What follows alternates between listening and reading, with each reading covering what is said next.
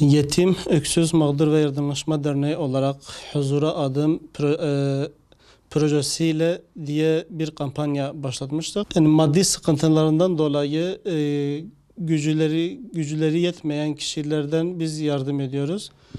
E, Daha önceden bu tür faaliyetleri yapmıştık. Programlarıyla yetimleri evlendirmişiz ve evlendirmeye de devam ediyoruz. Bu şekilde bize başvuran kardeşlerimiz bu sefer de 4 kişi daha bize başvurarak yardım talebinde bulunarak biz bu şekilde bunlara da yardım etmeye devam ediyoruz.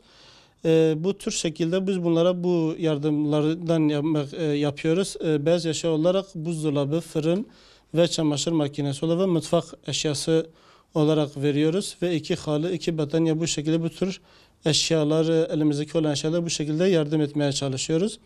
Ve bu şekilde hayırsever ve yardımsever kişilerden bu huzura adım bize katkılardan bulunmak dileğiyle bize yardımcı olabilirler. Bu maddi sıkıntıdan dolayı nice gençlerimiz evlenemiyor, yani evlenemiyorlar. Bu şekilde biz de ufacık olarak elimizde gelen şekilde biz bunlara yardım olmaya çalışıyoruz. Ve bu şekilde hayırseverlerden yardım bekliyoruz. Bize desteklemenden bekliyoruz yani bu hayırseverlerinden.